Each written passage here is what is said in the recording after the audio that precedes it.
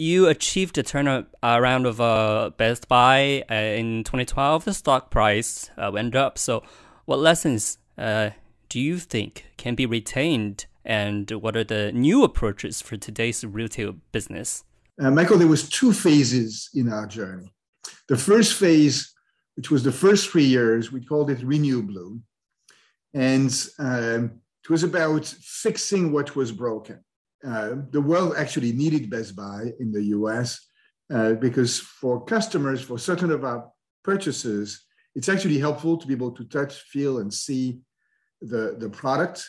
Some of these products are complex and they're expensive, you want to see it.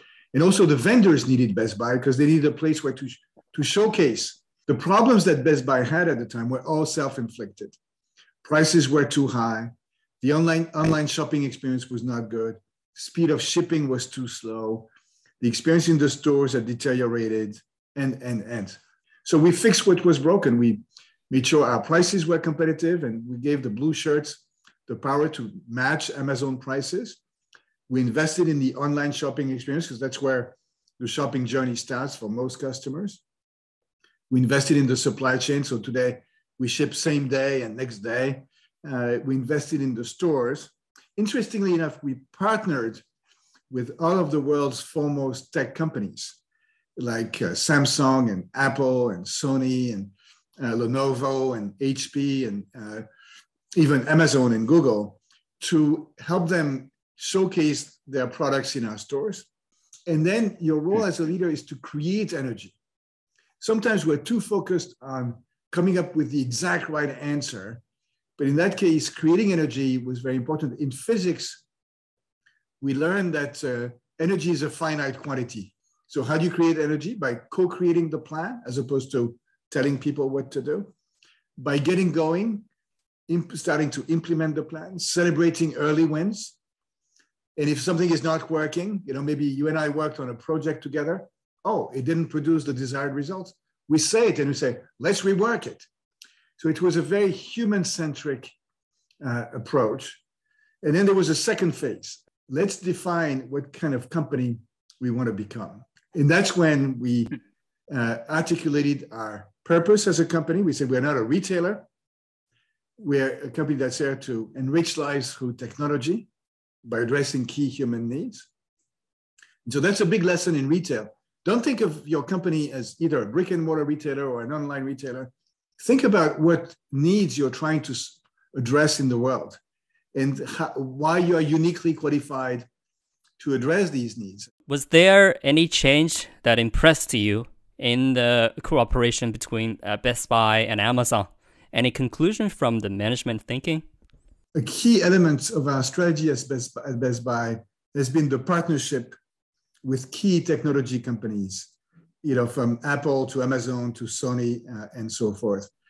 Because what we were seeing, Michael, in 2012 is a number of companies like Apple and Microsoft and Sony opening their own stores. Instead, J.K. Shin, who was the CEO of Samsung Electronics, came to visit us in December of 2012. And over dinner, we did a deal with them. And instead of Samsung opening stores in the US, they essentially did stores, Samsung Experience stores, within Best Buy. Good for the customers because they could compare Apple and Samsung. Good for Samsung because much faster, great access to great traffic. And good for us because, of course, there was some economics. Now, Amazon, of course, is an interesting case because Amazon is, of course, a competitor of Best Buy. But as you know, they also sell products like the Kindle and all of their Echo, Alexa products. Other retailers refused to sell them because they were afraid of Amazon. Instead of being afraid of Amazon, we were focused on our customers. And so we did deals with them and with Google as well, and Facebook and others, where now Amazon has a corner in our store where they can demonstrate how Alexa works and what you can do with it. And so this is fighting the zero-sum game idea, and that to win, it needs to focus on customers, and sometimes you partner even with your competition, so that what people call co-petition. companies like Carrefour closed its largest retail supermarket in Beijing a few days ago. As our conversation goes, people to think about the Best Buy's exit in China. So I have three questions. Where will the trend of the retail industry develop in the future, and how would you comment on Best Buy's exit in China market as a strategy, and do you think it will return? It just needs to be focused on doing extraordinary things for customers in a unique fashion. The difference is not between brick and mortar and online. The difference is between great retailers and mediocre retailers. And retailers who do amazing things for customers and continuously innovate and have a unique competitive advantage. But in the US, it's not just Amazon. You know, you have companies like Best Buy, Target, Home Depot, Williams-Sonoma. These are great retailers that are being very successful because they do something unique for customers and they differentiate. Costco is another great example. As relates to the history of Best Buy in China, so Best Buy went to China, I think in 2008 in Shanghai, and exited before I joined Best Buy. So I was not present at the time. The one thing I know is that retail is not a global business. There's no advantage to being present in multiple countries. And it's interesting, Michael, that there's actually, I think, no meaningful Chinese retailer present in the US, in the same way that most Western retailers have not been very successful in China. Because, let's take in the consumer electronics space, right? Let's take Suning or Gome. They're wonderful, great retailers. But let's imagine that all of a sudden now Suning comes to the US. I think it would be hard for them because everybody knows Best Buy and the great locations are already taken and so forth. So the short answer is that my view is that retail is not really a global business. And in each country, you're going to have amazing retailers who are going to be winners, different from other industries, right? So that's my 2 cents. So you said the purpose of a company is actually not producing profit. So could you tell us a little bit more on that? Profits, of course, are necessary. It's an imperative. It's also a result of good management, but I don't think it's the ultimate goal. The ultimate purpose of a company should be to contribute to the common good. And so the philosophy I'm advocating for is a philosophy where business is about pursuing a noble purpose, putting people at the center, embracing all stakeholders in a declaration of interdependence, and treating profit as an outcome, not the goal. But making a profit, or even in a pandemic-stricken world, surviving is also very important. So how do we balance that? So we treat profit as an outcome, as an imperative. And we think that in business, there's really 3 imperatives. The first one is actually the people imperative, making sure we have a good team, that they're safe during the pandemic, right? It was a big priority for all of us, and that they're properly equipped and motivated. Then there's the business imperative. We need customers who like our products. And financial performance is really the result of excellence on the people imperative, which then leads to excellence on the business imperative. So every month, most companies do a monthly performance review. You should start with people and organization, then customers, products, or business, and then finish with financial performance as the outcome. But also as the role of CEOs. So sometimes they have to make sure the KPIs of their staff achieved, and also make sure the targets of the company are reached. So, these 2 things were supposed to be the same in the past, and now or in the future, it's gonna change, right? The role of leaders is changing. It used to be about profit optimization. Now it's about serving the common good. See, for example, Best Buy is headquartered in Minneapolis. Following the murder of George Floyd, the city was on fire. If the city is on fire, you cannot open stores, right? Similarly, if the planet is on fire, That's a big business issue. And so the mission has changed, the scope has changed, and I think the leadership model has changed. It used to be, at least, I think in the West, maybe you'll tell me about China, that the leaders were, the superheroes. They knew everything. They were the smartest person in the room. They told other people what to do.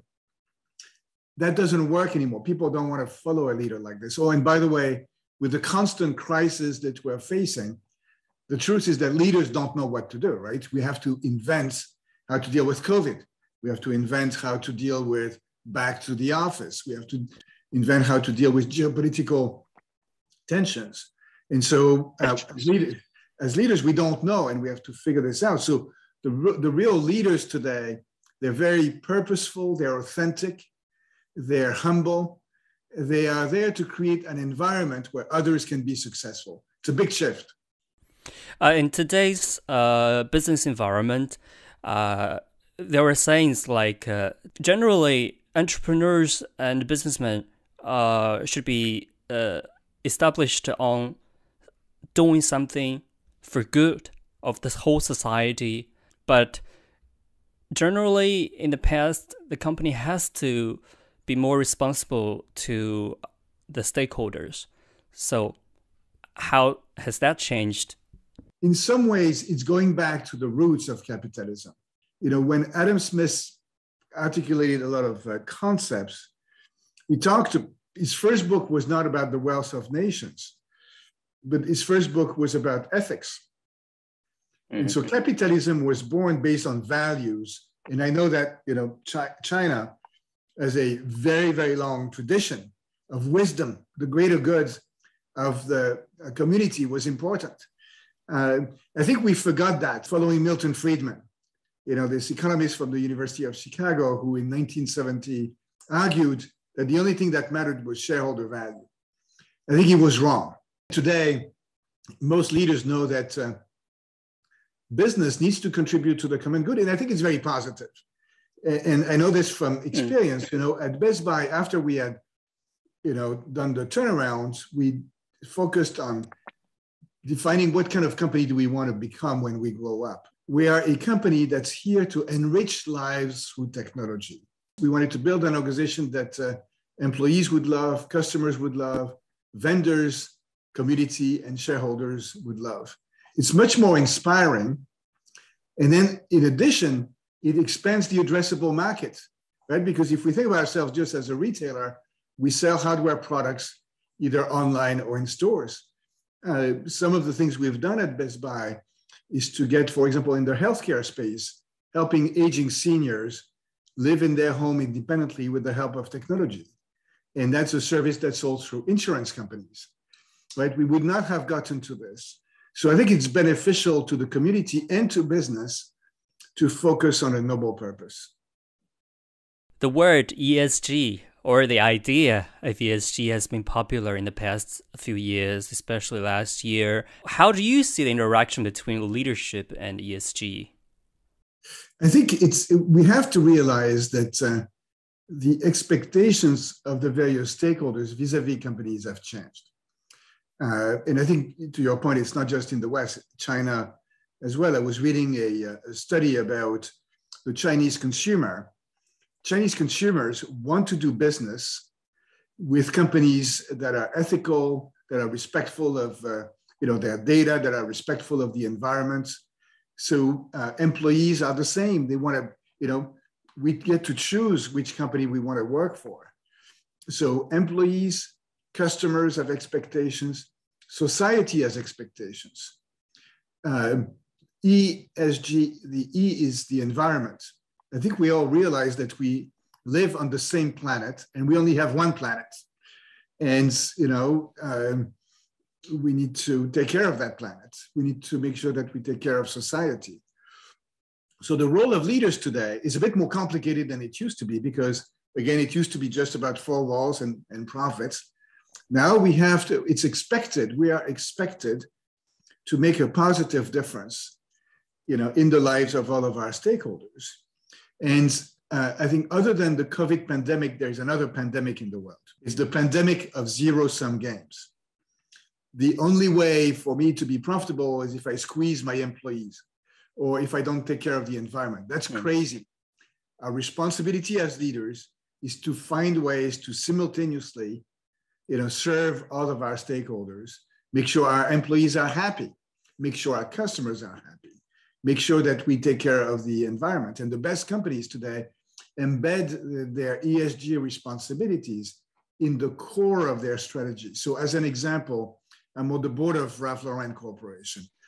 And I admire how, for example, they've created a new polo shirt from recycled plastic bottles. Similarly, at Best Buy, we have a recycling program. You can bring back to the Best Buy store any electronics that you have, whether or not you bought it at Best Buy, and we'll recycle it for free. That's a great traffic driver. So it's good for business and it's good for the planet. So that's a good example of, I think what we need is win-win-win solutions for our planet. For companies that are a little bit traditional or their business a little bit traditional, they can't really care too much about ESG rather than, striving to live. So could they be, or is there possibility that they could be squeezed out of the market just by the worldwide trend of ESG going popular? Companies that choose to ignore ESG trends will be in trouble, where different groups will attack companies if they're not behaving responsibly. Also, employees will choose not to work at these companies. Customers will choose not to work with these companies. So I think it's a world of changing expectations, and as always, the best companies will adapt to this evolution. Need to adapt to this evolution. But also, the facts in different countries may vary.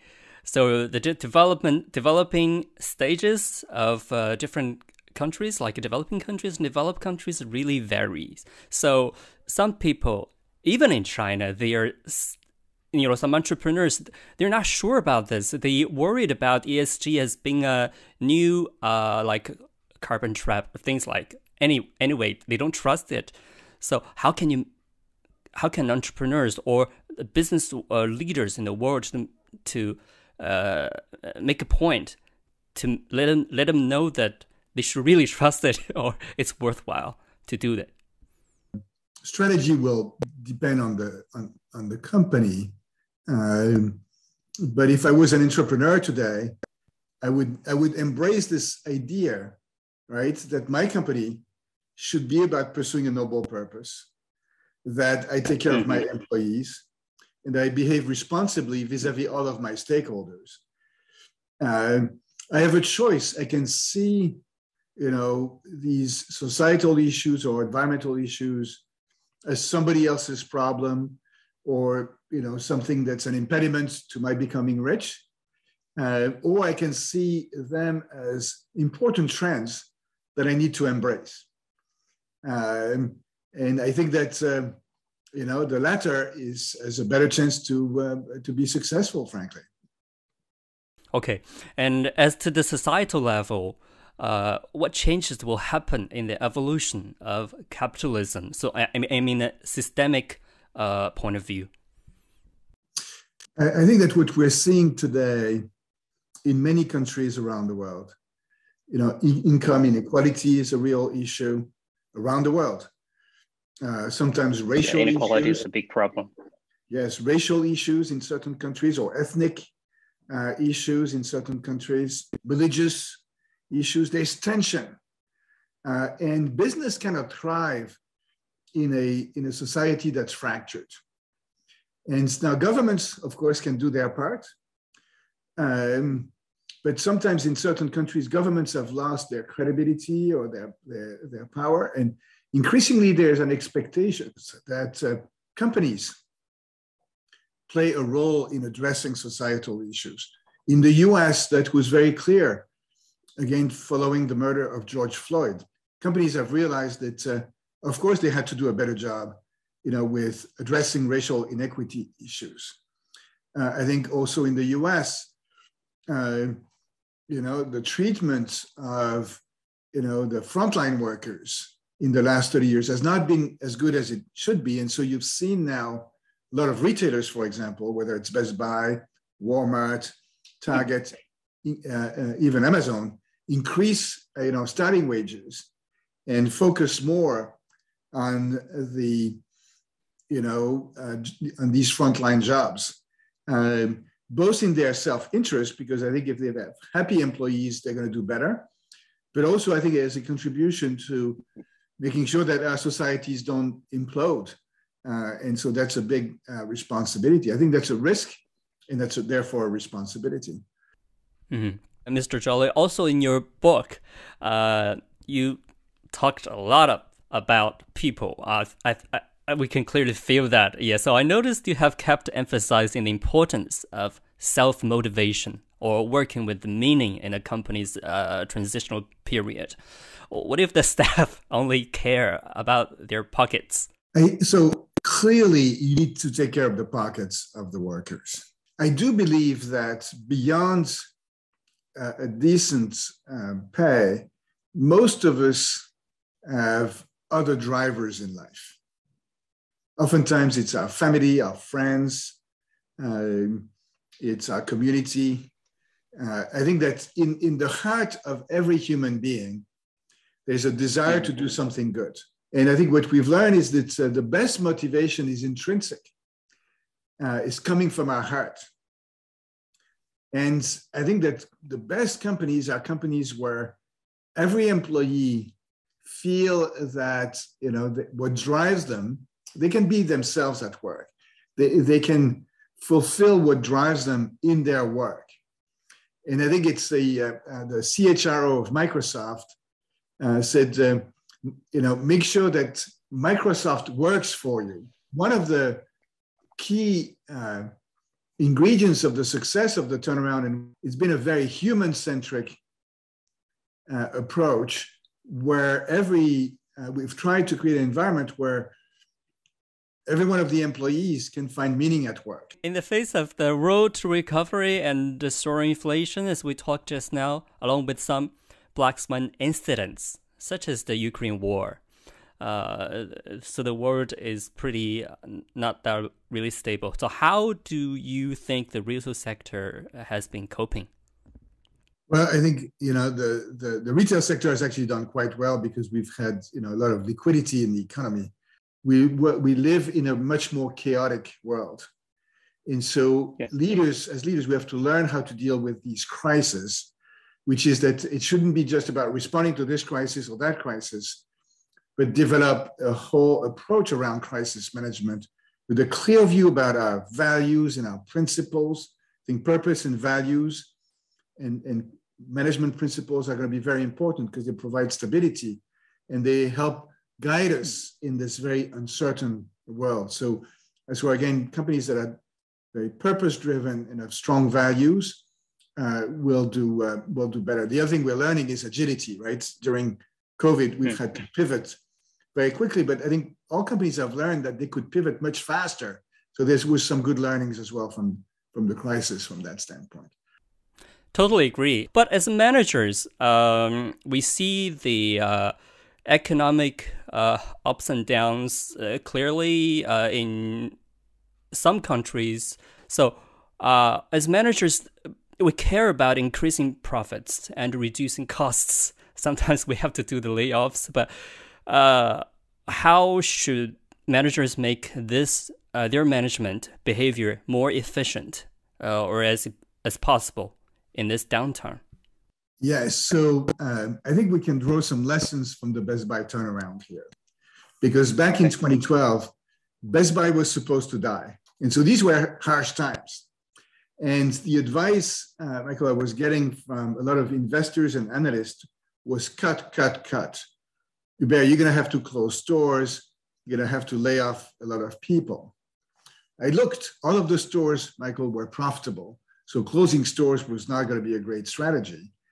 So here is an idea about dealing with difficult times. First priority should always be try to increase revenue. And there's always the opportunity to increase revenues, even in a crisis. And so at Best Buy, we focus on making sure that we had a great customer experience, our prices were competitive, invested online, and so forth. As relates to cost, and at Best Buy, we did take $2 billion of cost out. The first priority should be not people, but what I call non-salary expenses. And so about 70% of the $2 billion we took out was non-salary expenses. Let me give you an example.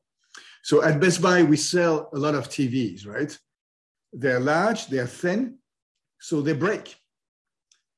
We would break for about $200 million worth of TVs every year. And if you can reduce that by 50% by working with the vendors on the design of the TVs, the packaging, if you reduce that loss, it's better for the customers because nobody wants to buy a broken TV, right?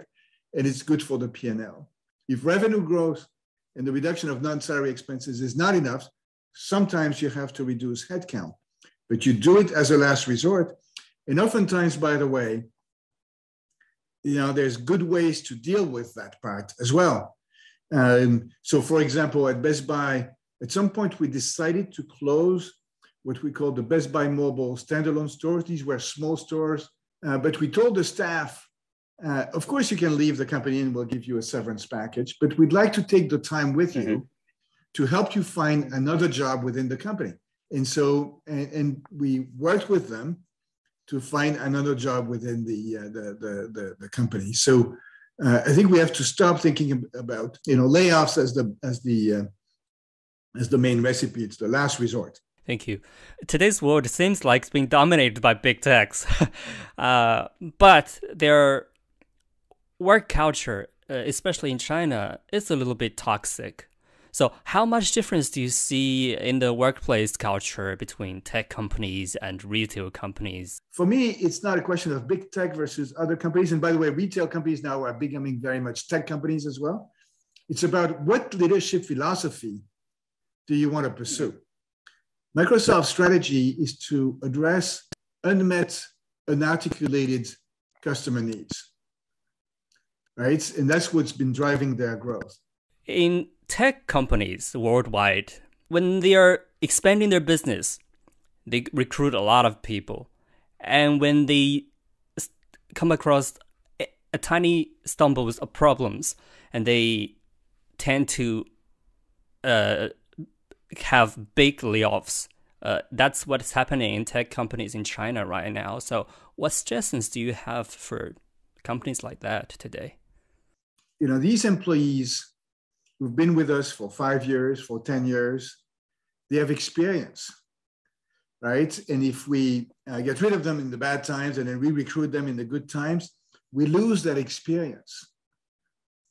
And so it's tempting, right, to start with adjusting with people, but there's a hidden cost.